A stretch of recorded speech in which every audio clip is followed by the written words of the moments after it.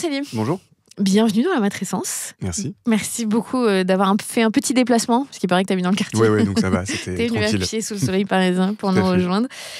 Aujourd'hui, on vient parler de ton livre que tu as sorti très récemment, qui s'appelle « Laisse pas traîner ton fils », pour ceux qui ont la ref, d'un groupe de rap des années 90.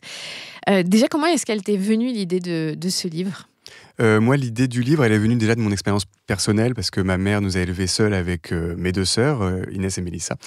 Pendant plusieurs années, à partir du collège, au moment de leur rupture, elle a eu la garde totale. Et en fait, au fur et à mesure de cette expérience-là, et ensuite de mon activité de journaliste, notamment sur les questions sociales aussi, au fur et à mesure pour Mediapart, Le Monde Diplomatique et un magazine qui s'appelle Frustration, j'observais déjà des problématiques propres au fait d'être une mère seule, même si mon père, comme je dis dans le livre, payait la pension alimentaire, était relativement présent par rapport à d'autres pères, ça on y reviendra après j'imagine. Par conséquent, je voyais quand même comment elle essayait justement de vivre au jour le jour, de s'occuper de nous, de l'éducation au quotidien avec le collège, le lycée, l'éducation nationale d'une manière générale, et aussi le travail qu'elle avait dans les contrats aidés qu'elle avait à l'époque de aide maternelle. Ça c'est des choses ensuite que j'ai compris par la suite en étudiant, en réfléchissant sur le sujet de manière approfondie en tant que journaliste, qu'effectivement des mères seules, elles sont souvent dans les métiers du care, liés aux soins, en fait finalement comme s'il y avait une continuité entre leur travail éducatif et finalement leur travail travail salarié. Alors ça, c'est le premier point de départ. Les enquêtes que j'ai pu faire ensuite pour Mediapart, notamment sur la CAF, sur France Travail, parfois ça prenait aussi pour point de départ ma propre mère avec des expériences qu'elle pouvait avoir avec les contrats aidés, l'assurance chômage, les caisses d'allocation familiale, donc le RSA qu'elle a ensuite eu quand elle était victime d'un handicap par la suite, à cause de son travail professionnel et physiquement très prenant et qui finalement a fait en sorte qu'elle a été blessée au bras. Bref, tout ça fait que j'ai pensé à ce sujet-là. Il y avait beaucoup de personnes aussi lors de mes enquêtes journalistiques qui me disaient c'est encore pire pour les mères isolées, tout ce que tu traites comme article par rapport à la question sociale, finalement voilà, c'est encore pire pour elles, donc renseigne-toi davantage et essaye de comprendre pourquoi pour les mères isolées c'est encore plus dur socialement, politiquement, économiquement. Et le dernier point de départ, c'est la mort de Nahel Merzouk qui a été tué par la police en juin 2023 et sa maman Mounia qui a été victime de racisme, de mépris de classe et de sexisme de la part du personnel politique mais aussi de médias et aussi de réseaux sociaux, etc. À ce moment-là, on a commencé davantage à parler de la question de la monoparentalité, mais sous un aspect plutôt négatif de la part du pouvoir politique, en parlant des parents défaillants, ce qui est assez méprisant pour dire que finalement, et puis en plus, on pense aux mères en fait, plutôt qu'aux parents d'une manière générale. Le sous-entendu, c'est les mères. Et un espèce de mépris comme ça, comme si c'était finalement la mère qui éduque mal leurs enfants, plutôt que l'État qui est défaillant, inverser un peu la charge de la responsabilité. Donc les discours m'ont vachement frappé pendant plusieurs mois. Il y a Elisabeth Borne aussi, qui était première ministre, qui avait lancé un plan banlieue suite aux révoltes urbaines après la mort de Nahel Merzouk. Et ce plan banlieue-là, qui mettait la focale que sur la sécurité, encore une fois pour accuser les parents et les responsabiliser, donc les mamans encore une fois, en sachant que, et je terminerai là-dessus, les révoltes urbaines qui ont eu lieu un peu partout en France après la mort de Nahel, 60% des mineurs qui ont été interpellés vivent dans une famille monoparentale et surtout avec leur mère seule. Parce que dans le livre, ce dont tu parles, c'est ces mères qui sont stigmatisées, c'est pas l'image qu'on peut se faire de la mère solo qui est en garde partagée, qui évidemment va perdre en salaire parce que ça touche toutes les classes sociales et pas que les mères issues de l'immigration ou qui vivent dans des lieux qui sont difficiles d'accès, c'est-à-dire qu'il n'y a plus de services publics, où il y a plein de problématiques qui sont liées à ça. Et toi, tu as voulu t'intéresser à ces femmes-là dont on ne parle pas, en fait, qu'on invisibilise dans la société et surtout à qui on colle une étiquette de elles viennent prendre l'argent de l'État et en plus elles élèvent mal leurs enfants. Oui, en fait, sur la question des mères isolées, déjà, il fallait partir de constats et de chiffres, enfin vraiment de statistiques très précises pour savoir de quoi on parle et de qui on parle. Là, il y a un chiffre qui est important, c'est que sur 8 millions de familles en France, il y a 2 millions de familles qui sont monoparentales. C'est même plus, parce qu'en fait, c'est des chiffres de l'INSEE, et l'INSEE ne compte pas les enfants qui sont majeurs et qui vivent encore avec leurs parents, et du coup avec leur mère. Et l'autre chiffre qui est extrêmement important, c'est que parmi ces familles monoparentales-là, c'est-à-dire les 2 millions et plus, il y a 82% de mères seules. Donc déjà, c'est une problématique qui est fondamentalement genrée. Ça, c'est le premier point. Et le deuxième point aussi, et ça, je me suis informé et renseigné aussi via la sociologue Marie-Clémence Lepape, qui travaille sur les familles monoparentales. Et je lui ai demandé cette question, mais au fur et à mesure de mon enquête par ailleurs, où ça me trottait, je me demandais, mais est-ce que ça touche plus une classe sociale plus qu'une autre ? Et elle m'a confirmé qu'effectivement, il y a plus de ruptures aussi dans les milieux populaires du fait de problématiques sociales et économiques, le chômage de masse, etc.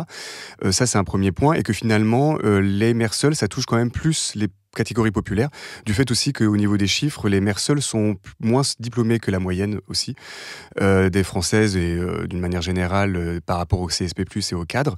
Donc ça, c'était un autre point de départ. Et le troisième aussi important au niveau des chiffres, et pour resituer un petit peu, c'est que finalement, quand on parle mal des mères seules, c'est souvent des mères seules des milieux populaires, et surtout des mères seules racisées en fait. Souvent, les mères célibataires, justement, on utilise cette expression-là qui est un peu plus mélioratif que de dire mère seule ou mère isolée, qui est moins politisé aussi. Finalement, quand on parle de l'assistanat des mères seules qui ont plusieurs allocations, qui dépensent n'importe comment leur entrée d'allocation scolaire, etc., l'écran plat qu'elles achètent et tout ça, ça vise surtout les femmes pauvres des classes populaires et les femmes notamment racisées. La maman de Naël Mounia, justement, toutes les problématiques qu'il y a eu ensuite, les discours politiques insultants, etc., c'est venu du fait qu'elle soit une mère seule, mais une mère seule aussi racisée. Donc en fait, ça fait un peu une espèce d'accumulation comme ça de discrimination. Pour commencer, à celle du genre, du fait que ce soit surtout des femmes, du coup des mères seules. Ensuite vient s'additionner aussi la question de la classe sociale. Et ensuite, quand on creuse encore plus la question raciale. Et ça, c'était important comme point de départ d'avoir ça en tête, parce qu'effectivement, quand on parle des mères célibataires de la bourgeoisie, ou plutôt des cadre ou CSP+, dans les magazines People par exemple, ou dans des magazines de la presse féminine, l'angle va être plutôt sur des tutos concrets, etc. Comment s'organiser avec sa nounou. Et c'est ce que je dis un peu dans l'intro, c'est qu'une nounou peut être aussi une mère seule qui habite dans les quartiers populaires à 1 heure de Paris. Donc en fait, tout ça, c'est au croisement en fait. Enfin, le terme qu'on utilise universitaire, c'est à l'intersection, intersectionnel, que j'utilise pas forcément, mais qu'en fait qui parle de ça aussi, l'intersection. Mais en tout cas, une accumulation qui est assez importante à avoir en tête. Et d'autant plus pour les mères isolées et leurs enfants, parce que là, t'en parlais justement sur la garde alternée. Effectivement, la garde alternée, ça concerne plutôt des cadres qui ont le temps, qui ont l'argent, qui ont l'espace aussi, le logement pour accueillir plusieurs enfants dans plusieurs chambres, qui ont aussi le matériel à disposition, les fournitures, etc. Et la garde alternée, ça te concerne, c'est 15% des familles monoparentales.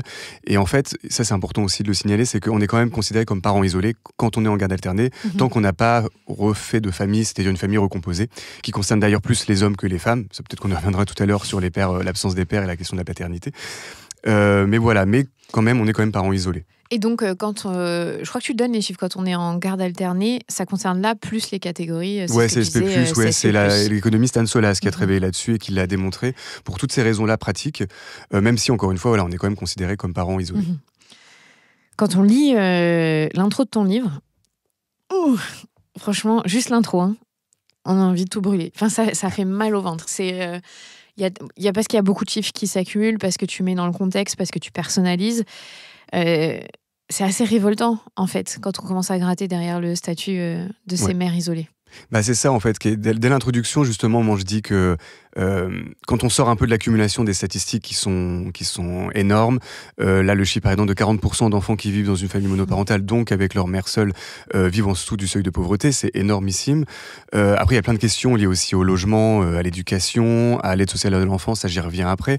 En fait, on se heurte à toutes les problématiques possibles et inimaginables quand on est une mère seule, aux violences excitées sexuelles, aux violences conjugales, aux problématiques et aux inégalités sociales, salariales, au temps de travail, à la précarité, aux maladies professionnelles aussi, parce qu'elles sont vachement touchées ça peut être au cancer professionnel, par rapport aux produits d'hygiène qu'elles peuvent côtoyer au quotidien dans leur travail, encore une fois lié au care et aux soins, aux métiers qu'on appelle essentiels, notamment suite au Covid-19. Donc du coup, forcément, c'est dès l'introduction, du coup, ça met un peu les termes, entre guillemets. Et encore une fois, ce qui est important, et comme tu dis très bien, c'est que c'est pas seulement citer les statistiques, c'est aussi les politiser, montrer qu'il y a des responsables aussi, que ce soit les hommes, que ce soit une classe sociale bourgeoise aussi, qui fait en sorte aussi qu'elles aient plus de maladies professionnelles, d'accidents du travail aussi, de difficultés par rapport à ça. C'est très conscientisé quand même. C'est pas forcément mis sur le devant de la scène au quotidien. Et tout ça, voilà, c'est de mettre en perspective en fait ces chiffres-là et montrer qu'il y a des liens de cause à effet et qui fait qu'on sort de l'affect des chiffres qui sont accablants et qu'on les politise et que là du coup pendant tout le bouquin, c'est un peu l'idée de l'enquête, c'est de politiser un petit peu cette question-là et c'est pas moi qui le fais, c'est plutôt les intervenantes elles-mêmes. T'as mis 2 ans à écrire ce livre. Ouais. Qu'est-ce qui t'a le plus marqué dans ton enquête ? Ce qui m'a marqué le plus, moi je dirais que c'est déjà le chiffre, enfin le fait que ça concerne énormément de personnes en France. Déjà les femmes, les mères seules, mais aussi leurs enfants, parce que du coup ça double le chiffre, donc ça concerne beaucoup de monde. Donc ça je m'y attendais pas autant, honnêtement. Et aussi ce que je m'y attendais pas, c'est que en fait la question de la mère isolée, c'est une question qui l'est aussi au sein du couple, comme tu disais dès le départ, sur les inégalités de genre dans le couple, de salaire, de patrimoine entre les hommes et les femmes. En fait il y a beaucoup de mamans qui m'ont dit qu'en fait elles étaient déjà isolées au sein de leur couple, c'est-à-dire qu'elles s'occupaient déjà de tout, des factures ou des enfants, qu'il y avait déjà des inégalités qu'elles ressentaient, et que finalement ça s'est creusé et ça s'est amplifié au moment de la séparation. Donc ça aussi, pour moi, c'était plus ou moins une découverte, même si tous les chiffres par rapport au couple, je les avais. Il y a des livres qui sont sortis là-dessus ces dernières années, on en parle davantage. Mais l'étape d'après, à quel point c'est extrêmement compliqué. Il y a Agnès Aoudé du mouvement des mères isolées qui me disait qu'elle a considéré son ex-conjoint comme un patron, qu'il y avait un rapport de force qui s'instaurait une fois que la séparation était faite, qu'il fallait vite cocher la case parents isolés sur la CAF, sur les impôts, des réflexes comme ça qu'il faut avoir pour vite se prémunir et se défendre. Donc tout ça a été quand même des grandes, je dirais pas surprises, mais en tout cas des choses qui m'ont marqué, d'où ta question, qui m'ont marqué. Et le fait que ce soit à ce point-là, à l'intersection justement de la classe, du genre et de la race, ça je pensais pas à ce point-là, en fait. Et en fait, ce qui m'a donné cette étincelle-là, entre guillemets, réflexive, c'est vraiment, encore une fois, les révoltes urbaines et la mère de Nahel Mounia Merzouk, parce que c'est là où, en fait, tout a fait sens, d'une certaine manière, parce qu'elle incarne ces trois considérations-là, ces 3 problématiques-là, en fait, à elle toute seule, et ma mère aussi, et c'est pour ça que je parle d'elle aussi au début du livre, quoi. Je crois que le chiffre, c'est dans la première année après la séparation, les mères perdent 20% de pouvoir d'achat ou s'appauvrissent. Exactement, en tout cas. C'est ça, c'est 20%. Ouais. Mais pas les pères. Pas les pères, non. Pas les pères, et d'autant plus que la plupart des pères, en fait, ils ne demandent pas la garde.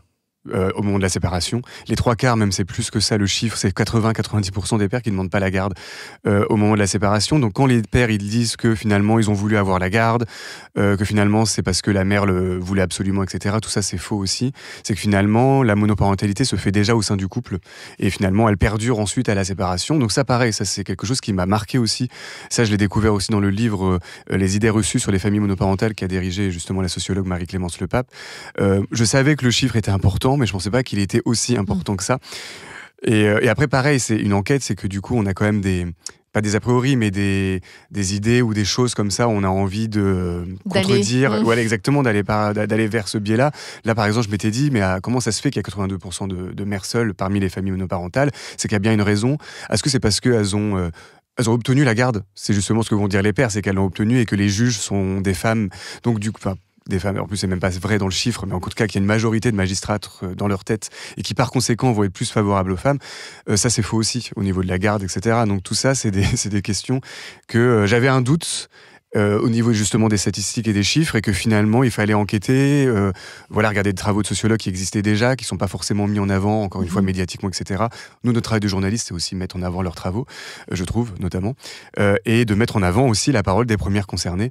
Et moi, ce qui m'a marqué, c'est aussi le fait que elles aient déjà... Enfin, moi, ça m'étonnait pas forcément, mais que quand on dit qu'elles n'ont pas le temps par rapport à leur travail, par rapport à l'éducation des enfants, etc., en fait, elles conscientisent énormément leurs problématiques, en fait, elles les politisent de fou. Ça, je le savais déjà, mais je l'ai su encore plus en enquêtant, en discutant avec elles, que finalement, le récit et la politisation de ce qu'elles vivent, c'est comme ma mère quand je discutais avec elle, en fait. Quand elle parlait de ses problématiques sociales, etc., elle politisait parce que finalement, c'était des problématiques liées à des réformes de l'assurance chômage, liées à la réforme des retraites, à l'allongement de l'âge de légal départ à la retraite à 64 ans. Forcément, quand elle en parle, ça l'impacte directement parce que finalement, à 60 ans, elle était déjà en incapacité de travailler physiquement.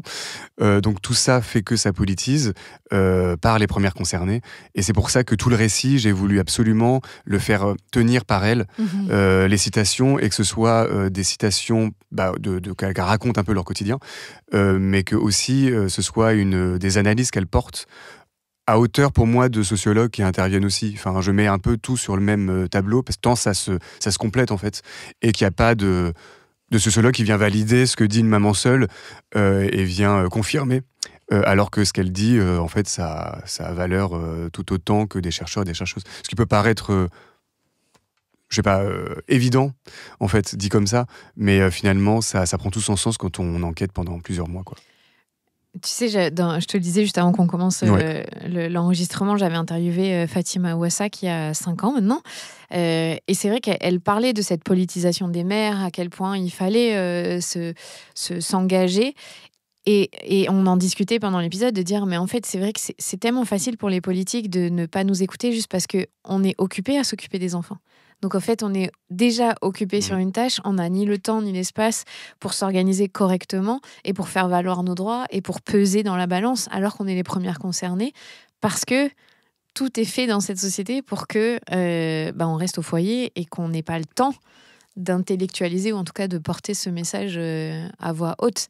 Et c'est encore plus vrai pour une mère qui est isolée. Ouais. C'est ça la grosse contradiction, entre guillemets, c'est que finalement, vu que ça concentre toutes les problématiques possibles et imaginables de genre, de classe et raciale aussi, on pourrait se dire que finalement, ça devrait être elle qui devrait être en tête de cortège de toutes les manifestations, en fait. Mais et comme tu dis très bien, en fait, c'est que tout est fait, effectivement, le capitalisme, le temps de travail, la réduction du temps de travail, toutes ces questions-là, la semaine de 4 jours, etc., elles sont directement concernées par rapport à ça, par rapport à l'école aussi, le fait de pouvoir déposer les enfants à l'école le matin, de négocier avec son patron pour pouvoir le faire. Enfin, toutes ces choses-là, du coup, c'est des questions qui sont structurelles, qui sont globales, politiquement. Et finalement, elles n'ont pas le temps, non pas de penser leur propre émancipation, leurs problématiques, parce que ça, elles le pensent au quotidien. Elles sont militantes jour après jour, en fait. Comme je disais, enfin, ma mère, on se disait ça entre nous, c'est que la politique, elle est dans la chair, en fait, au quotidien. Ça, j'aime bien avoir cette expression-là, parce que du coup, ça traduit bien ce sentiment.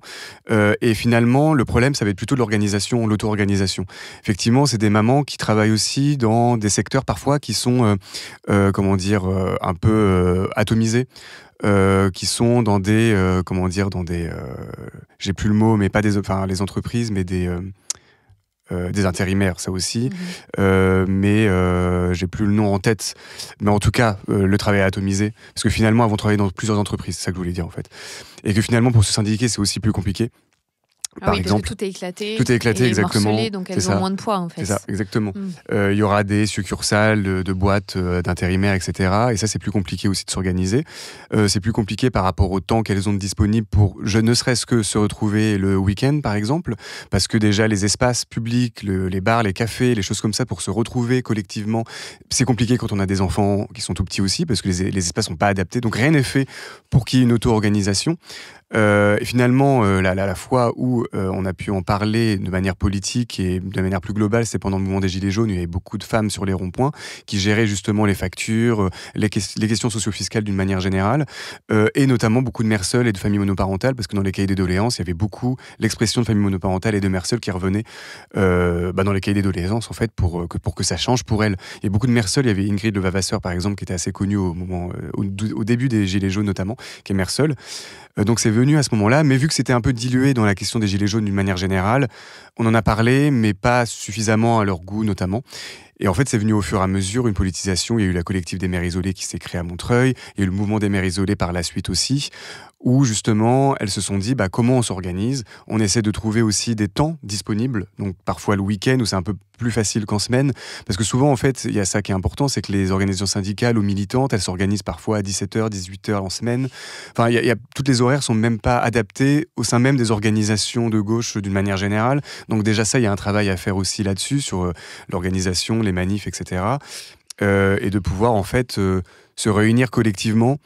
Et moi, j'ai été assez frappé aussi à la publication du livre et des passages médias que j'ai pu faire. Il y a beaucoup de mamans qui m'écrivent, beaucoup d'enfants de mères seules aussi qui m'écrivent et qui me disent « Ah, on se sent moins seul ».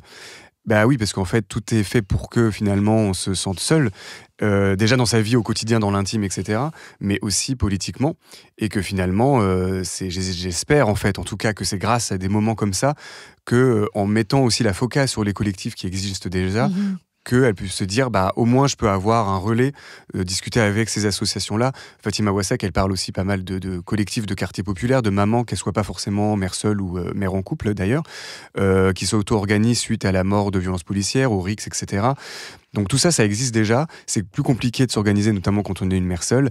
Mais il y a de plus en plus d'assauts conscientisés, de collectifs qui mènent ces combats-là et qui permettent de les inclure au quotidien. Et d'ailleurs, tu cites, je crois que c'est au Lila, ou je me trompe peut-être, dans 93, où il y a un espace où les enfants vont être gardés. À Belleville notamment. À Belleville, par deux babysitters, pendant que les mères peuvent aller soit manifester et ne pas emmener, exposer leurs enfants potentiellement à des violences policières, ou en tout cas avoir l'espace mental pour collectivement aller se structurer et manifester. Je trouve ça... je trouve que c'est génial de se dire qu'on repense ça aussi dans les milieux féministes, parce que pendant très longtemps, la maternité, la parentalité, ça a été un angle mort du féminisme et on l'intégrait pas, en tout cas dans le mouvement, et donc fallait se débrouiller. Là, il y a des petites choses à droite, à gauche, si je peux en parler, et que ça donne envie, tu vois, aux auditeurs, aux auditrices de créer ça, pour permettre aux femmes d'être déchargées de l'autorité parentale, qu'elle soit comme en on couple dit. ou non, par ailleurs. Voilà, c'est ça. Oui, mais qu'elles puissent avoir juste une vie d'existence elles-mêmes, comme elles ont envie, pendant quelques heures. Oui, c'est l'association La Bulle qui fait ça, mais depuis pas si longtemps que ça, je crois, c'est depuis quelques années à peine. C'est à Rennes, je crois qu'il y a une antenne qui est à Rennes aussi. C'était important de mettre en avant justement toutes ces, j'allais dire ces mesures, mais non, c'est pas des mesures politiques, mais voilà, c'est ça. Mais plutôt ces initiatives, voilà, c'est le mot que je cherchais, comme La Bulle justement qui fait ça. Et c'est à la fois en fait pour pouvoir manifester, justement s'auto-organiser entre mamans, ou pas, entre mamans, entre femmes en général, ou entre enfants aussi, justement. Mais c'est aussi une manière de pouvoir avoir du temps pour soi et du temps libre, ce qui manque énormément. Et en fait, même ça, c'est aussi de la politique, parce que, justement, c'est quand on se regroupe qu'on parle de choses politiques. C'est dans les cafés, dans les bars, quand on voit ses copines, ses amis, etc. Surtout que, quand même, l'actualité politique, depuis ces dernières années, est quand même extrêmement riche.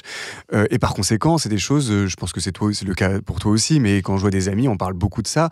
On sort aussi du cadre individuel aussi de ce qu'on vit au quotidien, donc c'est vital, c'est extrêmement important. Donc oui, pour moi c'était important de mettre ça en avant, des dispositifs comme ça qui sont pas du tout suffisamment nombreux encore, parce qu'on les connaît pas forcément. Moi je l'ai découvert pendant l'enquête, La Bulle, c'est une copine à moi qui m'en a parlé, je connaissais pas du tout. Quand j'y suis allé, il y avait 4 mamans, c'était une manif au sujet de la Palestine et de la loi sur l'immigration, c'était 1 an et demi, un truc comme ça, il y a 1 an, et il y avait encore pas beaucoup de monde, quoi. Mais ça commence à prendre son essor au fur et à mesure. D'ailleurs, je dis babysitter, c'est pas vrai, parce que ce sont des jeunes filles qui sont diplômées du BAFA. Donc, en plus, c'est assez structuré quand même. Pourquoi est-ce qu'elles sont tant stigmatisées, que ce soit dans les médias ou dans l'inconscient populaire, les mères célibataires, et comme tu disais, plutôt issues de l'immigration postcoloniale? Qu'est-ce qui fait qu'on est à ce point-là à les maltraiter? Je pense parce qu'en fait, elles incarnent tout ce que, par leur essence même, en tant que femme, en tant qu'en plus, quand on rajoute femmes des milieux populaires et racisés, elles cumulent, en fait, c'est le miroir contraire de ceux qui font les lois, de manière générale, des hommes blancs et bourgeois. Pour le dire assez simplement, en fait. Parce qu'il y a une détestation, mais il y a aussi c'est un mélange de détestation et d'invisibilisation, en fait. Et de mépris. Parce qu'en fait, quand on regarde, par exemple, rien que on va prendre la question de la CAF, justement, des caisses d'allocation familiale, qui sont pensées par les hommes pour les hommes, au niveau ne serait-ce que la pension alimentaire, le fait qu'elle soit défiscalisée pour les hommes et pas pour les mamans, le fait que quand elles se remettent en couple, ou pas d'ailleurs, mais plus ou moins, qu'elles fréquentent quelqu'un en fait dans leur vie, on va les soupçonner tout de suite de concubinage, et par conséquent leur quotient familial à la CAF va augmenter, donc elles vont moins toucher de prestations sociales, des prestations sociales encore une fois qui sont extrêmement basses. Ça, je cite les chiffres dans le livre, mais le RSA, on le sait, c'est 600 € par mois pour une personne seule, à peu près, et encore c'est un peu moins. L'ARS, l'allocation de rentrée scolaire, c'est environ 500 € par enfant, ce qui est le coût moyen d'une rentrée scolaire pour un enfant. Et ça a été démontré que cet argent-là, il est dépensé à 99% que pour des fournitures scolaires, quand bien même il serait utilisé pour d'autres choses, des fringues pour l'enfant, etc. Ça fait partie de la vie pour l'enfant, en fait, ou même de quelque chose. Ça peut être même un PC pour qu'ils aient ça dans la famille, un moyen de communication. Un PC, justement, pour pouvoir utiliser ensuite des documents administratifs numérisés à outrance dans France Travail, pour la CAF, pour la retraite aussi. Donc tout ça, c'est important, en fait. C'est de l'argent qui va compter. Et quand on sait que le seuil de pauvreté est énorme pour les mères seules, tout ça est lié. Donc voilà, donc tout ça va être fait en sorte que finalement, vu que ça a été fait et pensé par des hommes et des classes dominantes aussi, qui n'ont pas forcément ce réflexe-là, qui ont encore une idée aussi que finalement les pères ils demandent la garde, etc. Ils ont encore ces a priori, comme je disais au départ. Tout ça fait que toutes ces problématiques-là vont être concentrées aux mains de certaines personnes qui vont faire les lois. Le fait que par exemple sur la défiscalisation de la pension alimentaire, que ça a été voté à l'Assemblée nationale, mais que ça a été retoqué justement au Sénat. Le Sénat n'a pas voulu. Voilà, le Sénat qui est vraiment la caricature de ce que je viens de dire. De l'homme blanc. Voilà, là pour le coup. Âgé, voilà, âgé. Oui, c'est vrai, en plus il y a ça aussi quand même, c'est important. C'est vraiment le cliché, quoi, pour le coup. Donc, par conséquent, c'est compliqué. Là, on parlait aussi tout à l'heure, avant que l'émission commence, sur le congé paternité aussi en France, qui est très peu. Enfin, voilà, qui est pas. Les mois sont très, très faibles. Je crois que c'est 2 mois. 28 jours. Ah non, paternité, c'est 28 jours. Oui, 28 jours, qu'est-ce que je raconte. Ça serait bien de Oui, ce serait déjà bien, oui.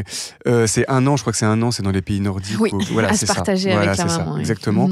Donc, tout ça, forcément, ils n'ont pas ça en tête. Ils ne le veulent pas forcément. Ça, c'est les organisations patronales qui bloquent sur ça. Et patronales, donc du coup que ce soit les politiques ou patronales. Donc forcément, c'est des choses qui font que, par conséquent, il y aura comme tu disais, un mépris aussi qui va se faire. Et en fait, ce mépris-là, d'assistanat, on va dire qu'elles sont gavées d'aides sociales et des choses comme ça, alors que en fait, la plupart des aides ne sont pas sollicitées parce que c'est trop compliqué pour les avoir. Ce ne sont pas des aides, ce sont des prestations familiales, c'est pas la même chose. Tu le dis, c'est des milliards économisés par l'État français. Ouais, c'est des milliards, que des exactement. gens n'ont pas les codes et ne savent pas solliciter. C'est ça, c'est des milliards pas sollicités par rapport aux 100 milliards estimés de fraude fiscale. C'est rien du tout, des riches, exactement, c'est vraiment rien du tout. Et parmi ces prestations sociales-là, déjà, il y en a beaucoup que, comme là on disait, ils ne sont pas sollicités, mais aussi le problème, c'est que finalement, ces prestations, elles sont très faibles aussi. Enfin, là, il y a un fantasme aussi sur leurs chiffres. C'est pas 2000 €, j'entends pas. Enfin, on voit ça parfois dans les réseaux sociaux, etc. Mais même les médias, en fait, véhiculent ça, les débats qu'il peut y avoir dans certaines chaînes de télévision, CNews, mais pas que. Sur France 2, BFM, parfois, il y a des clichés qui sont véhiculés de la sorte par une méconnaissance aussi des questions socio-fiscales de la CAF, etc., du fonctionnement aussi. Tu veux dire qu'on a des confrères, des consoeurs qui font pas bien leur travail? Oui, voilà, exactement. Qui le font mal, qui sont pas renseignés, puis qui ont des a priori par rapport à leur classe sociale bien aussi, sûr, etc. Enfin, non, mais voilà, tout ça est corrélé en fait, et est très important. Et pour revenir sur les prestations familiales, déjà qui ne sont pas sollicitées, en fait, parmi quand on parle de fraude sociale, c'est le terme qui est utilisé, finalement, les 3/4 de la fraude sociale, estimée en tout cas à quelques millions d'euros à peine, c'est plutôt des réseaux mafieux organisés, et c'est pas du tout la mère seule qui va tricher, etc. Enfin, tout ça, pareil, c'est assez documenté, mais malgré le fait que ce soit documenté, il y a un imaginaire qui est puissant, en fait. Et l'imaginaire, ça je le raconte dans le livre, il a déjà été véhiculé aux États-Unis, c'est la Welfare Queen, par Ronald Reagan, la femme noire assistée, mère seule, qui a plusieurs enfants et plusieurs prestations sociales, etc. Lui, il a véhiculé cet imaginaire-là pour justement sucrer des prestations sociales liées aux veuves de guerre, notamment. Et ensuite, du coup, forcément, la population, celle qui se dit qu'elle travaille pendant que d'autres sont assistés, elles vont se dire, finalement, c'est tout à fait légitime, en fait, que ces personnes-là, ces femmes-là, n'aient pas de prestations sociales. Sauf qu'en fait, eux-mêmes, ils vont être touchés par ça. Eux-mêmes, ça va les toucher ensuite, par ailleurs, quand ils sont au chômage. C'est quand même on arrive à grosso modo 6 à 8 millions de personnes qui sont au RSA, au chômage quand on compte les catégories A, B et C, et D aussi par ailleurs. Donc ça fait énormément de personnes en fait, pour 600 000 emplois non pourvus en France. Ça, c'est les chiffres aussi de la DARES par exemple, du ministère du Travail. Donc c'est pas des chiffres qui sont de sites obscurs ou je ne sais quoi, c'est des chiffres qui sont sous nos yeux. Mais le mythe, il est quand même très puissant, parce qu'en fait, il arrange beaucoup de personnes, il arrange les classes dominantes, il arrange les hommes aussi par rapport à la pension alimentaire. Ils vont encore fantasmer le fait que soit il la donne, alors que 2 pères sur 3 la donnent pas. Enfin, la donne, mais sur les 2 pères sur 3, il y en a beaucoup qui donnent un chiffre, un montant qui est très faible, ou alors il la donne une fois sur 2, qui cachent leur revenu aussi, qui se rendent non solvables, etc. Donc tout ça, ça les arrange en fait. Donc c'est pour ça que la mère isolée, elle cristallise tout, elle cristallise la domination masculine, le patriarcat, ça arrange la bourgeoisie aussi par rapport à tout ce que je viens de dire sur la fraude, etc. Comme ça, on parle pas de la fraude fiscale, on va parler de la fraude de la maman toute seule. Et puis aussi, par rapport au racisme d'État, etc., ça va arranger tout ce qui est violence policière, etc., contraintes sociales et le fait qu'on va réprimer les enfants de mère seule plus que réprimer la délinquance en col blanc. Voilà, tout ça, ça arrange. Voilà, c'est ça qui est très documenté, parce que quand on parle de 100 milliards de fraude sociale, de fraude fiscale, certes, le dispositif politique comment dire, législatif est fait pour que ce ne soit pas considéré forcément comme illégal, mais en fait, ça l'est forcément, parce que du coup, ça fait moins d'argent dans les caisses de l'État, pour ensuite l'école, etc. Et voilà. Enfin bref, ça c'est plutôt de manière globalisante, mais c'est pour montrer que les mères isolées, ça cristallise toutes ces problématiques-là, et voilà. Et qu'on a tout intérêt à les stigmatiser pour ne pas s'intéresser aux vrais Tout à problèmes. fait, c'est exactement ça. Tu sais, en lisant ton livre, juste à la lecture de tous les acronymes, oui. de toutes les prestations qu'on peut solliciter ou non, de toute la paperasse qu'il faut faire, rien qu'à la lecture, je me suis sentie submergée, et pourtant j'ai les codes, et pourtant voilà, je suis éduquée, et je me dis, mais c'est un parcours du combattant, mais quotidien pour ces femmes-là, de devoir justifier en permanence leur situation amoureuse d'ailleurs, de devoir demander à droite à gauche de l'aide auquel elles ont droit, de devoir justifier qu'elles y ont droit. Mais en fait, c'est une charge, on parle même plus de charge mentale, là. C'est une charge administrative qui est... C'est pour ça que je dis, quand je lis l'intro, ça fait mal au ventre. On les épargne jamais. Oui, alors que... Enfin, oui, les mères que j'ai interrogées, souvent me parlent de surcharge mentale pour montrer que c'est une grosse accumulation. Et par opposition, on va avoir une image totalement biaisée et contraire à ça, en fait. Là, sur la CAF, par exemple, moi, j'avais enquêté sur le fait que pour une simple un document administratif oublié ou des choses comme ça, souvent d'ailleurs, c'est la CAF ou France Travail aussi, on appelle ça les indus quand ils payent une somme un peu plus que prévu. Finalement, ils demandent un remboursement. Ou alors, des fois, c'est plutôt eux qui se sont trompés, donc ils demandent un remboursement, mais qui est injustifié. Et du coup, le remboursement injustifié, il faut aller le démontrer. Ça prend des mois et c'est très compliqué. Tout a été dématérialisé aussi. Dans ces instances-là, il n'y a plus de guichets, même en Ile-de-France, etc. Donc c'est encore plus compliqué de se battre aussi pour ses droits, en sachant qu'encore une fois, on revient sur l'absence paternelle, parce que la pension alimentaire, l'absence, etc., qui n'est pas un revenu pour la mère, c'est ce que disent les pères, justement, pour ne pas la payer. Et c'est ce que pensent aussi certains hommes politiques pour ne pas, justement, faire en sorte qu'elle soit défiscalisée pour les mamans. C'est qu'en fait, c'est de l'argent en moins, du coup, pour les enfants et pour l'éducation des enfants. Donc par conséquent, en fait, on veut que ces mères, en fait, elles ne soient pas autonome et indépendante. En fait, on veut qu'elles soient dépendantes soit des hommes, soit de l'État, soit de leur travail. Mais en fait, l'émancipation, en fait, elle devrait être totale, en fait. C'est à la fois des hommes, donc pas le concubinage, etc., font ce qu'elles veulent, et les nouveaux hommes ou femmes qu'elles rencontrent, c'est pas forcément des personnes qui auront des droits sur leurs enfants. C'est ce que me dit Sarah Le Bailey quand elle me dit qu'on est mère isolée jusqu'à la mort. Ça revient, ça répond à cette question-là. Et finalement, en fait, l'émancipation devrait être totale. C'est que même l'État, c'est un problème, en fait, qu'elles deviennent en fait dépendantes d'une certaine manière de l'État, et de la pression qui est exercée sur elles aussi, du document oublié pour avoir 100 ou 200 euros de plus d'APL pour leurs enfants. Ça aussi, en fait, c'est pas normal. Normalement, elles devraient être émancipées comme tout le monde, et surtout elles, de leur travail, de pouvoir négocier leur temps de travail davantage, d'être mieux payées. En fait, c'est pour ça que du coup, c'est des questions socio, fiscales, etc., qui sont plus larges que ça. C'est de pouvoir bénéficier d'un logement décent, que ce soit pas quelques propriétaires bourgeois qui possèdent les 3/4 des logements à Paris, et plusieurs logements, et qui se font de l'argent comme rentiers sur sur les loyers. C'est qu'il y ait plus de logements sociaux en France aussi. Et qu'elles deviennent plus facilement propriétaires. Donc en fait, c'est pour ça en fait que du coup, les questions très précises de pension alimentaire, d'ASF aussi, d'ARS là sur l'allocation de rentrée scolaire, donc tous les acronymes comme tu disais justement. Ouais. Voilà, cette question-là qui les embourre en plus dedans, qui leur mettent une charge supplémentaire, un stress supplémentaire aussi. En fait, notamment, l'idéal, en fait, c'est de s'émanciper de tout ça. Mais du coup, s'émanciper de tout ça, ça voudrait dire remettre à plat en fait toutes les questions de société de manière générale en France. En fait. Oui, tu vas nous en parler à la fin. Tu donnes quelques pistes pour ouais, essayer d'améliorer leurs conditions, même si quand j'ai lu tes pistes à la fin, on a dû travailler pour y arriver. Il y a quelque chose aussi dans ton livre que j'avais déjà conscientisé, mais qui est assez frappant, c'est que tu parles de ce féminisme blanc, bourgeois et libéral qui en fait omet les mères célibataires issues de l'immigration notamment, et t'expliques qu'en fait ce féminisme-là, il est problématique. Et je pense qu'on est beaucoup à pas se rendre compte, je pense, et c'est un privilège de ne pas s'en rendre compte.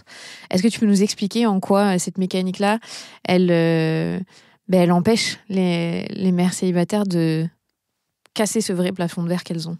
Bah oui, ça c'est plutôt dans le dernier chapitre que j'aborde cette question-là, la question de l'imbrication entre mouvement féministe et mouvement des mères isolées, ou mères isolées d'une manière générale.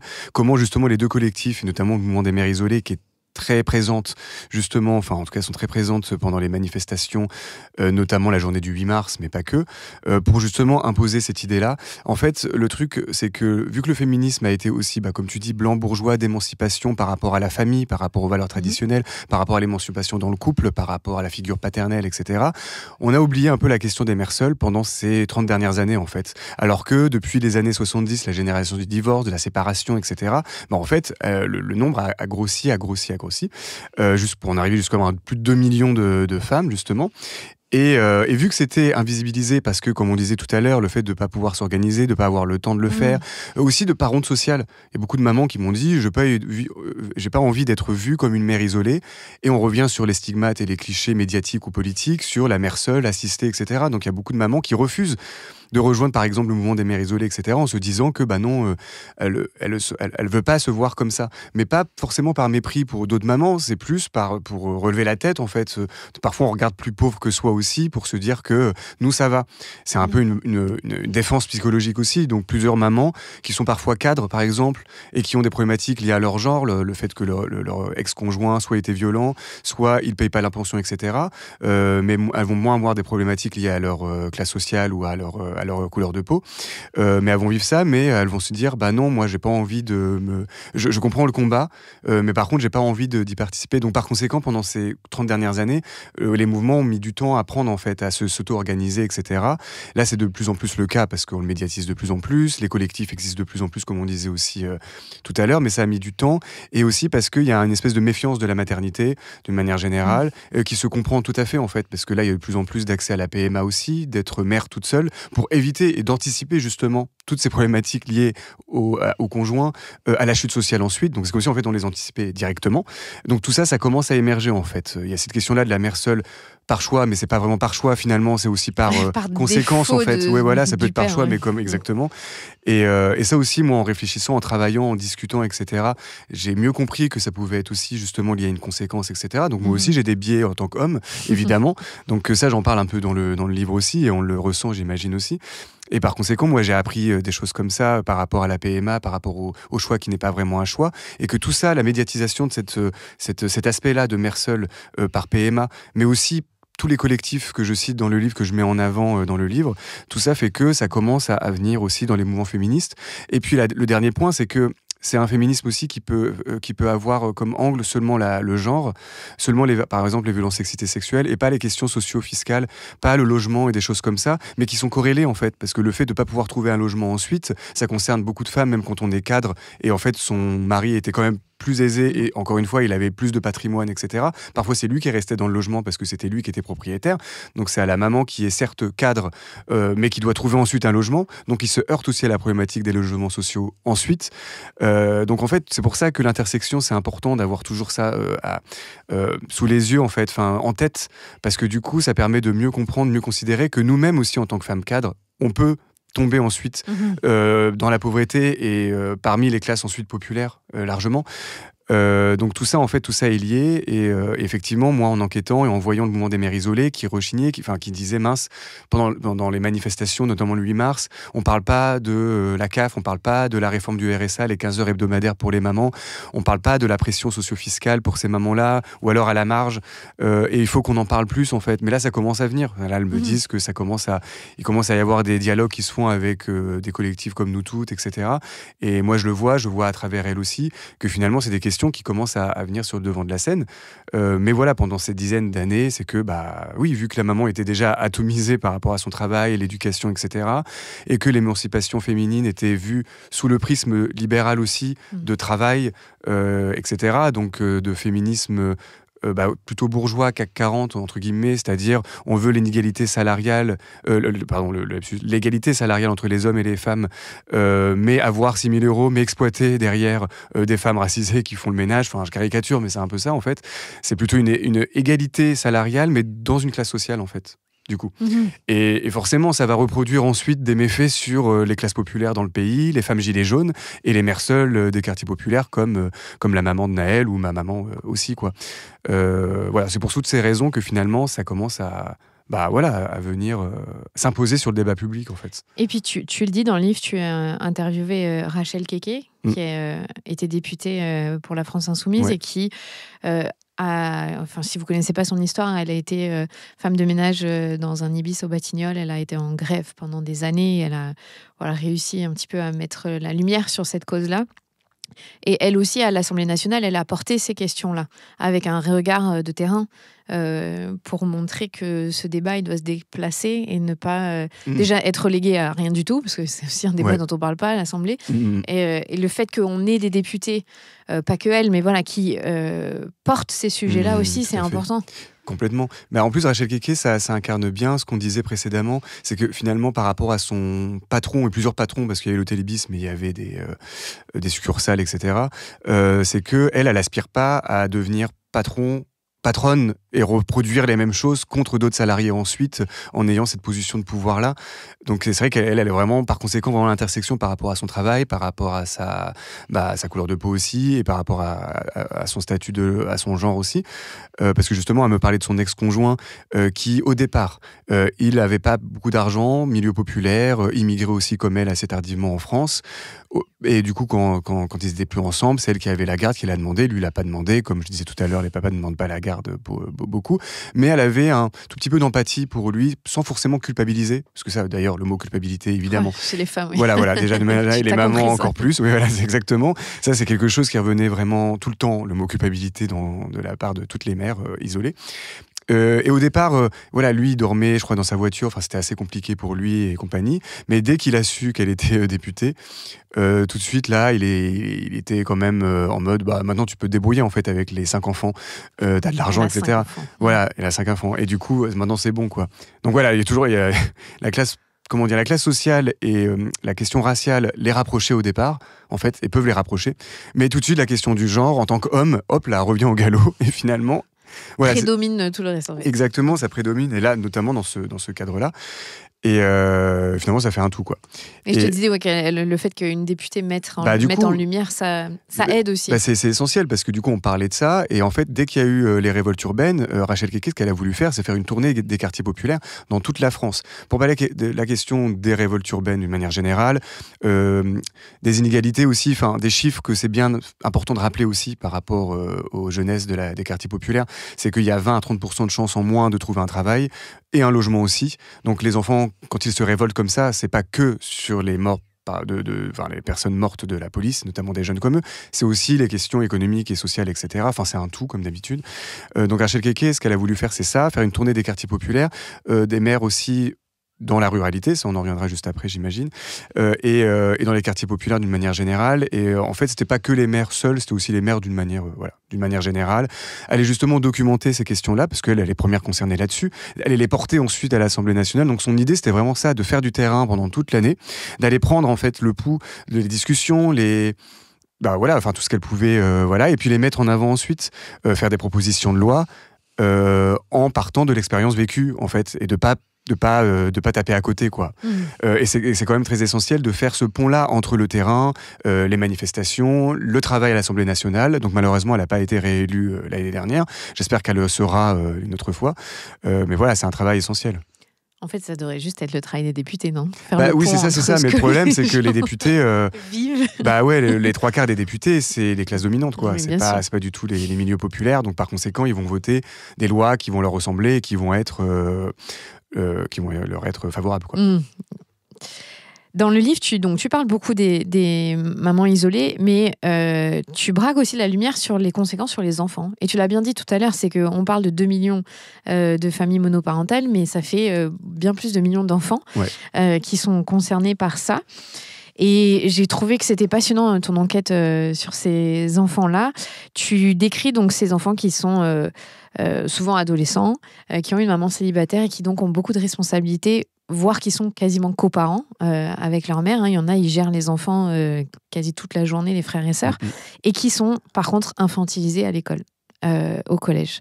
Et ça, c'est quelque chose, je trouve, dont on n'entend jamais parler, de cette double casquette pour eux, qui est très difficile à gérer. À vivre, parce qu'au quotidien, comme tu dis, ils ont beaucoup de responsabilités dans le foyer. On va leur faire confiance parce que la maman ne va pas avoir le choix que leur laisser les clés le matin ou des choses comme ça très concrètes pour le coup.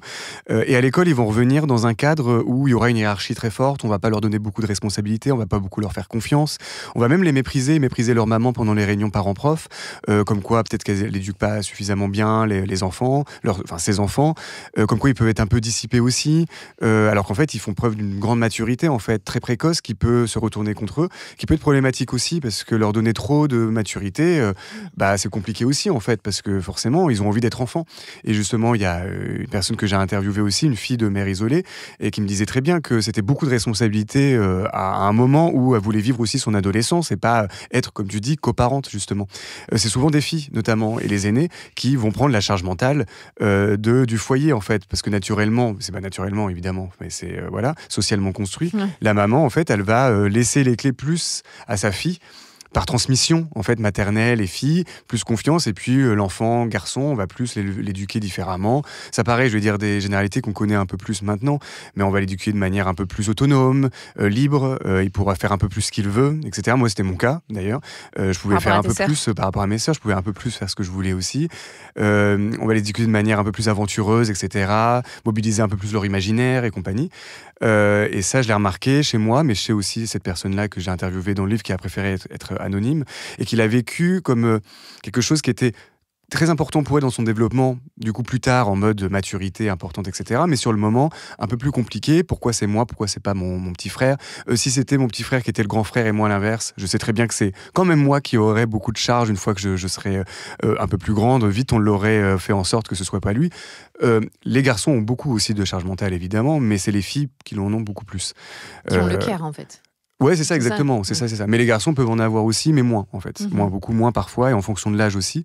Et à l'école, effectivement, ça va être conflictuel parfois aussi. C'est des médiateurs et des médiatrices, en fait, dans les écoles, qui est un nouveau métier qui existe depuis quelques années maintenant, qui fait en sorte de créer justement des médiations quand il y a des conflits à l'école, en fait, entre les parents, les profs, les élèves, et m'expliquer justement que, il y a beaucoup d'enfants, de mères seules, qui réagissent différemment à l'autorité, qui vont être un peu plus dissipés, qui vont être un peu plus contestataires parfois. Ils vont pas comprendre, parce que comme je disais, je vais peut-être le répéter au cas où, mais c'est vrai que le grand paradoxe du foyer familial et ensuite à l'école est quand même extrêmement violent, et on en parle très très très peu. Et il y a l'autre truc aussi qui est important, c'est que souvent les mamans, elles me disaient, mais en fait nous, nos enfants, certes on se dit qu'on leur fait confiance, etc. Mais il y a une vie qu'ils vivent en dehors, on ne sait pas du tout ce qu'ils vivent, et d'autant plus quand on est toute seule et qu'on galère avec le temps de travail, etc. On sait encore moins ce qu'ils font à l'extérieur de l'enceinte de l'école, et notamment quand, forcément, parfois, l'autorité, ça peut être un peu plus compliqué, parce que ils ont beaucoup de maturité aussi à la maison. Donc ça, le fait qu'il y ait une vie en dehors, une vie dedans, et qu'ils n'aient pas forcément de regard dessus, ce qui est normal aussi, parce que les enfants, c'est pas forcément ce qu'ils font dans la vie de tous les jours, mais là, d'autant plus, en fait, parce que forcément, si elle rentre hyper tard le soir, il y a quand même quelques heures où on sait pas du tout ce que fait, s'il est vraiment à l'école ou pas, s'il est vraiment à la maison, s'il s'occupe du petit frère ou pas. Enfin, du coup, tout ça est une charge mentale, et pas que charge mentale, mais aussi une pression. Une pression, en fait. Oui, c'est ça, en fait, mentale, de toujours avoir déjà une culpabilité, encore une fois, mais aussi d'être au travail et de se dire, mince, qu'est-ce qui se passe? Je vais prendre juste une petite anecdote par rapport à justement une personne que je cite, qui est infirmière au quotidien dans ce passage-là, sur la charge mentale des filles, des enfants, et notamment des filles. Elle me disait, mais moi, quand j'allais à l'hôpital, finalement, que mon fils de 5 ans était encore à la maison et qu'il devait un peu s'occuper tout seul, quand justement sa sœur était déjà partie à l'école et avait un examen ou une chose comme ça, il était malheureusement tout seul à ce moment-là.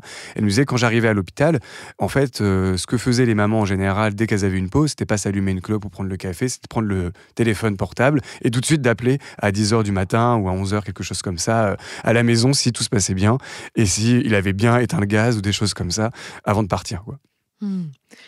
Et ce que tu vois, on disait que c'est des coparents, mais c'est parfois même ces adolescents, c'est des parents à temps plein, même les principaux parents, parce que tu décris des situations de mères qui sont tellement sous pression financière qu'elles enchaînent 3 jobs dans la journée, qu'elles partent à 5h du mat, qu'elles reviennent à 21h. Ouais. Et dans toute cette journée-là, c'est le grand frère ou la grande sœur qui s'est occupé des plus petits et qui a tout géré de A à Z, en plus de son travail au collège ou au lycée, et qui subissent des pressions aussi intense, je me dis, de stress. Parce que un petit de 5 ans, moi, quand on est à la maison, c'est pas simple de s'occuper de tout petit. quand toi, tu as juste envie d'aller rigoler avec tes potes et pas faire tes devoirs. Ouais, non, mais carrément, c'est extrêmement frustrant. Et puis rien que pour pour son suivi scolaire aussi, hein, pour les examens, pour l'école, pour la fatigue aussi que ça accumule. Sur l'éducation nationale, on connaît les chiffres sur le fait que ça reproduit beaucoup les inégalités sociales, etc. On les a vachement en tête avec l'Observatoire des inégalités, etc.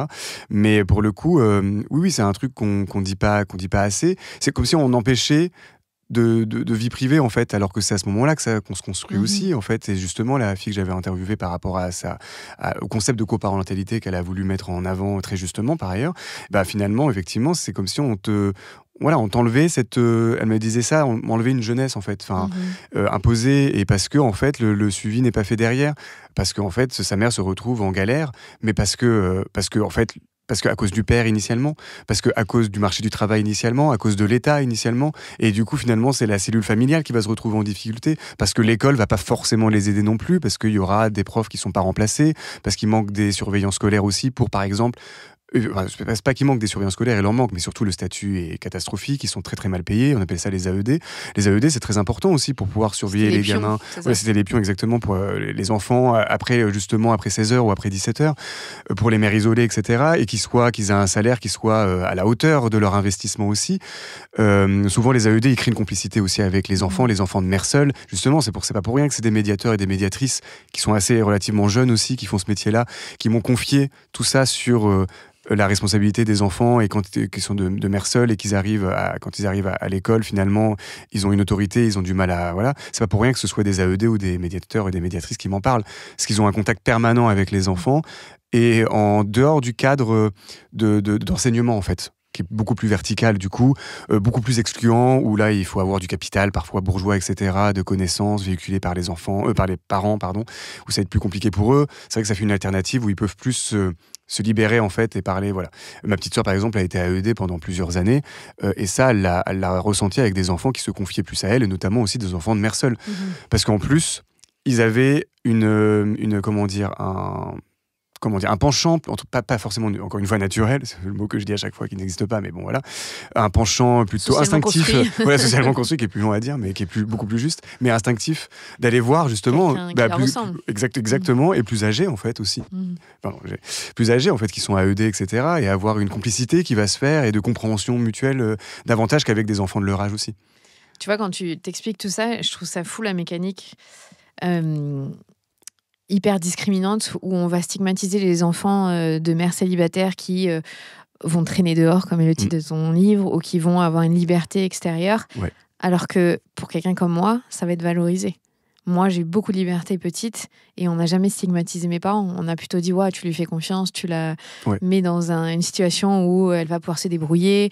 Tu vois, j'ai jamais ressenti le poids de la société comme quelque chose où j'étais une gêne pour l'espace public. Au contraire, j'étais valorisée. Et mes parents n'ont jamais été inquiétés parce qu'on m'a donné de la liberté.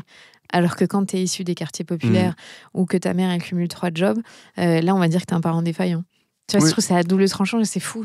En fait, on va inverser la charge de la responsabilité. C'est pour ça que je dis que c'est l'État qui criminalise les mères seules et leurs enfants et pas le contraire. C'est la situation sociale dans laquelle ils se retrouvent, indépendamment de leur volonté, qui fait que ça peut être plus compliqué aussi, qui fait que les mères seules elles peuvent se retrouver confrontées à l'aide sociale à l'enfance, malgré elles aussi, parce que le père n'est plus là, etc. Donc toutes ces choses-là font que, effectivement, on va inverser la donne. Sur l'ASE, par exemple, on va avoir, ça va être plus facile, en tout cas, d'éduquer ses enfants d'un milieu privilégié. Parfois non, d'ailleurs. On l'a vu avec le fils d'Éric Zemmour aussi, qui a eu pas mal de problématiques avec la police et la justice. Je cite dans le livre précisément. Et Nadine Morano, que tu cites et aussi. Le fils de Nadine Morano. Il y a le neveu de Bruno Retailleau aussi, en 2018, qui volait des avions. Des avions. Qui volait des avions et qui avait un problème mental par rapport à ça et qui s'est suicidé ensuite. J'ai découvert ça assez récemment. Mais ça n'a pas fait le une de la presse qui initialement volait plein d'avions. Enfin, c'est quand même... C'est pas des trottinettes qui volaient, c'est bizarre. Bref, effectivement, eux, on va pas dire qu'ils sont parents défaillants. Déjà, premièrement. C'est l'enfant qui aura un problème ou il y aura quelque chose. Déjà, on va psychologiser davantage et parfois à raison. Non, évidemment. bien sûr, mais on va mettre la focale que dessus. Voilà. Et alors que pour eux, ça peut être compliqué aussi, en fait, d'éduquer des enfants de manière générale, enfin, quand même. N'importe qui, Un peu moins dur pour en fonction de ta classe sociale, mais dur aussi, en fait. C'est toujours dur d'être parent, mais voilà, clairement, c'est majoré par la condition sociale. Exact, tout à fait. Mais eux, c'est vrai qu'on va pas les accuser, parce que les accuser, c'est en fait les accuser politiquement, en fait, ce que ça traduit comme inégalité sociale qu'on veut pas remettre en question, parce que c'est remettre en question nos propres privilèges, en fait. Donc c'est pour ça que la question de la mère seule et des enfants, sur le fait que les enfants, on a l'expression le laisser traîner, etc., qui est dévalorisante, c'est justement pour mieux les responsabiliser, elles, plutôt que l'État et le capitalisme, en fait. C'est ça, c'est que il faut pas laisse pas traîner ton fils, mais nous, les classes blanches et plutôt bourgeoises, on va être valorisés dans cette autonomie qu'on nous a permis et qui fait qu'on est des adultes plus responsables et plus matures. Oui, exactement. Alors qu'on fait la même chose. Pour des deals, des problématiques liées à la drogue, à la cocaïne, etc. Ça c'est le cliché, mais des personnes blanches, bourgeoises de Paris qui en consomment ou qui en ont sur eux dans la rue, ils vont pas être contrôlés. Alors qu'ils en ont. Alors qu'on sait que dans le 16e arrondissement de Paris, il y a quelques trafics. Voilà, c'est ça, exactement. Donc, et ça se répercute évidemment sur la question parentale, défaillance, etc. On va mettre la focale plutôt sur ces familles-là des milieux populaires, quoi. Alors, tu t'es beaucoup intéressé au milieu populaire dans ton livre, mais tu as quand même pris le parti d'aller voir dans la France entière, et notamment les campagnes, les territoires isolés français, parce qu'il y en a. Et tu fais témoigner une maman qui est très isolée. Et là, il y a d'autres mécaniques qui se mettent en place pour ces mères isolées. Elles sont confrontées à d'autres problèmes. Et notamment, il y a beaucoup plus de violence envers elles au final. Ouais. Alors en fait, par rapport, c'est un chapitre en fait qui est effectivement dédié aux mères isolées en milieu rural. Finalement, je me disais, est-ce que tu parles que des quartiers populaires dans ton livre, ou est-ce que, parce que justement, tu as un chapitre qui est dédié à ça. Et en fait, en réfléchissant, je me suis dit que le deuxième chapitre, qui s'appelle Blade Runner, en référence au film Blade Runner, mais Blade écrit B-L-E-D, criminaliser les enfants et culpabiliser les mamans, dans ce chapitre-là, c'est plutôt axé quartier populaire, sur ce qu'on disait tout à l'heure. Le troisième chapitre est plus sur les pères, l'absence paternelle, et le premier chapitre sur les questions socio-fiscales, qui englobe tout le monde, en fait, les mères isolées rurales aussi, et des quartiers populaires. Et finalement, les mères isolées en milieu rural, je les ai pas mises, entre guillemets, dans un chapitre à part entière. Finalement, les quartiers populaires aussi, c'est plutôt le deuxième chapitre. Mais ça, j'y ai réfléchi après. Je me suis dit, bah oui, avec mon prisme, qui a vécu dans un quartier populaire dans la banlieue caennaise, à Hérouville, etc., je vais peut-être plus parler de quelque chose que d'une autre, ce qui est tout à fait louable et normal, voilà, tant qu'on n'invisibilise pas. Mais après, c'est en fonction de la proportion que tu vas mettre, c'est aussi ton vécu, etc., ce qui est tout à fait normal. Mais il faut en parler aussi. C'est le problème, c'est de pas du tout en parler, justement. Et pour les mères isolées en milieu rural, finalement, c'est des difficultés qui vont être évidemment très proches socialement et économiquement des femmes des quartiers populaires. La question qui va être haute, c'est la question du racisme, effectivement, des violences policières, des choses comme ça, des crimes racistes. Elles vont pas connaître ça. Elles vont connaître d'autres problèmes, c'est-à-dire l'isolement. Alors, petite parenthèse aussi, parce que les quartiers populaires, il y en a dans le monde rural, il n'y en a pas que en Seine-Saint-Denis, on en parlait tout à l'heure justement, et les quartiers populaires dans les milieux, entre guillemets, semi-ruraux ou périurbains, ils peuvent accumuler les problématiques de quartiers comme à Paris par exemple, en moins difficile par rapport à la police, etc. quand même, et cumuler des problématiques rurales en fait, c'est-à-dire d'accès. Alors j'allais dire au service public, mais dans les quartiers populaires, dans le 93, c'est pareil aussi. Mais par exemple, de temps, de distance, par exemple, etc. Les trajets, et le fait qu'il n'y ait pas de tissu associatif, par exemple. Il y en a un peu plus quand même en Seine-Saint-Denis que dans des milieux ruraux, et notamment des milieux ruraux aussi où il y a des quartiers populaires. Il y a très peu de tissu associatif. Donc ça, c'est un gros problème, notamment quand tu es victime de violences conjugales, par exemple. Il n'y a pas forcément d'association ou de structure en fait, sociale pour t'accueillir et pour en parler, et pour justement... Et ça, c'est important sur le concept de mère isolée, enfin le terme, de sortir de l'isolement et que l'isolement, de rentrer dans l'isolement, et justement l'isolement devient plutôt un vecteur d'émancipation et de te protéger en fait de violence. Là, c'est... Donc l'isolement est vu aussi d'une autre manière en fait pour la survie, exactement. Mais c'est temporaire comme tu dis dans le livre. Ouais, c'est ça, c'est temporaire. Et en fait, l'association justement que je cite à ce moment-là, qui s'appelle Solidarité Femmes Beaujolais, qui aide justement ces femmes-là à devenir mères isolées finalement. C'est ce qu'elle m'a très bien expliqué. Mandana justement qui travaille dans cette association-là et qui m'a dit justement notre but c'est qu'elles deviennent isolées et que du coup on reprend le terme d'une manière un peu inversée finalement voilà, ça va être des difficultés comme ça et par rapport aux violences justement qu'il peut y avoir au sein du foyer. En fait ce qu'elle m'a expliqué aussi qui est important mais que pareil qui avait été assez documenté auparavant mais qui là est encore plus fort pour les mères seules avec leurs enfants, c'est que finalement il y a comment dire, il n'y a pas plus de violence en nombre conjugale ou intrafamiliale en milieu rural, ou que dans un autre milieu social ou une autre géographie, mais c'est juste qu'elles vont être plus intenses et qu'elles peuvent plus finir sur un féminicide parce que cet isolement-là, en fait. Elles sont plus longues, en fait. Elles sont plus longues, exactement. Ça plus longues, et du coup, ça peut aboutir justement sur un crime et un féminicide, soit plus vite, soit plus longuement aussi, du fait de l'isolement, en fait. Et ça, pareil, c'était un peu ce qu'elle voulait me dire par là aussi, c'était tordre le cou du fait qu'il y a plus de féminicides dans un milieu social plutôt qu'un autre. C'est ce que les bourgeois veulent entendre aussi, c'est que finalement, les gens dans les milieux ruraux, là, ils se tuent plus entre eux, les femmes des quartiers populaires et les hommes des quartiers populaires, eux, ils quittent plus souvent le foyer. Ça, pareil, c'était important aussi que je le précise, que finalement, il n'y a pas plus d'hommes démissionnaires dans les milieux bourgeois que dans les milieux populaires. Ça, c'est faux aussi. Dans les milieux bourgeois, ils vont plus aisément aussi pouvoir gérer leur temps de travail, etc., pour voir leurs enfants. Et finalement, ils sont tout aussi démissionnaires, tout simplement, et même dans le foyer. Bref, ça, c'est dans le chapitre sur les pères aussi. C'était important aussi qu'il n'y ait pas de... Parce que souvent, les classes dominantes, elles vont instrumentaliser ça pour se redorer leur blason aussi, et notamment dans les milieux ruraux, en mode, il y a plus de violence conjugale dans les milieux ruraux que dans les milieux bourgeois, etc. Enfin bref, ça, surtout les hommes qui vont évidemment dire ça pour se défendre dans leur milieu social qui est le leur. Et du coup, il y a ces difficultés-là. Il y a aussi le fait que la sociabilité se fasse d'autant plus, mais ça, c'est le cas aussi dans les quartiers populaires, mais la sociabilité se fait par le conjoint et avec le conjoint, sa sociabilité à lui masculine aussi, son réseau à lui, familial aussi, le fait que au fur et à mesure la maman va s'extraire aussi du sien, va s'isoler en fait par rapport à ça, le fait que les pères, notamment dans les milieux, enfin voilà, dans tous les milieux, mais milieux ruraux aussi, ils vont être plus facilement propriétaires de leur petite maison, et du coup, par conséquent, ça va être plutôt à la maman de partir, de quitter le lieu, alors que c'est elle qui a voulu la garde alors que le père ne l'a pas du tout demandé, donc c'est elle qui va devoir retrouver un logement avec les enfants et quitter le milieu socio-géographique des enfants aussi, l'école, etc. C'est hyper compliqué après de retrouver ailleurs. Souvent, ces mamans-là vont se retrouver dans la seule barre HLM d'un village, en fait, d'un petit village. Voilà, si elles y arrivent par ailleurs, ça met souvent 1 an ou 2, etc.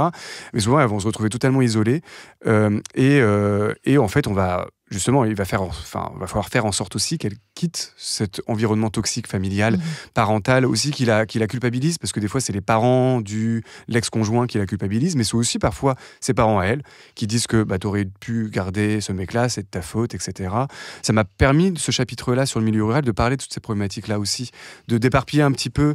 En fait, il y a tellement de choses à dire, comme tu l'as vu, etc. Mais comme tu dis, ça touche tout. En fait, c'était ça, et c'était exactement de ne pas tout dire d'un coup dans un seul chapitre, essayer en fonction de ce que les mamans me disaient aussi. La mère qui s'appelle Christine Delio, qui habite toujours dans la Meuse, elle, quand je lui en ai parlé des mères isolées, etc., que ces sujets-là, ce qui venait à l'esprit à elle, c'était ça en fait. C'était le temps de trajet, le bus à 6h du matin. Le fait qu'elle n'a pas de permis, parce que son ex-mari lui a dit ça sert à rien que tu passes les permis, et elle a eu 5 enfants, et elle se retrouve isolée aussi par ça, quoi. Ouais, exactement. Et tout ça, en fait, c'est en discutant avec elle que finalement, leur manière d'appréhender la question de la monoparentalité, de la mère isolée, finalement, ça me permet d'en parler à travers elle, en fait, avec leur discours, avec leurs citations, etc. Et de mettre la focale sur une problématique particulière, entre guillemets, mais une problématique que j'ai pas abordée dans les autres chapitres, justement. Donc celle-ci, par exemple, en fait partie, sur la sociabilité masculine, comment elle est très forte et comment elle impacte vachement la question de la mère isolée par la suite, quoi. Dans ces milieux-là qui sont, encore une fois, juste isolés géographiquement. En fait, c'est vraiment l'isolement géographique, voilà, qui va créer d'autres problématiques, mais qui finalement vont être assez parfois proches dans les quartiers populaires aussi, quoi. Bon, on en a parlé sans en parler vraiment, mais l'angle mort et en vrai, la vraie problématique là-dessus, c'est où sont les pères ? Qu'est-ce qui se passe avec les pères qui ne prennent pas leurs responsabilités ? T'as découvert quoi dans le livre quand t'as gratté sur ce sujet ? Déjà, le premier truc, c'est déjà qu'ils ne demandent jamais la garde, comme on se disait. Le deuxième truc, c'est le fait que la monoparentalité, ça c'est la chercheuse Marie-Clémence Lepape qui en parle très bien, se fait au sein du couple, et ensuite elle perdure ensuite. Donc la démission paternelle, en fait, elle est une prolongation d'une démission qui existait déjà au sein du couple, une absence qui était déjà là. Ce qui m'a frappé aussi, c'est le traitement médiatique et culturel aussi qu'on peut avoir des pères seuls, des papas solos. Et le fait qu'en fait, quand ils sont pères seuls, père solo d'ailleurs, ou papa célibataire, enfin peu importe l'expression.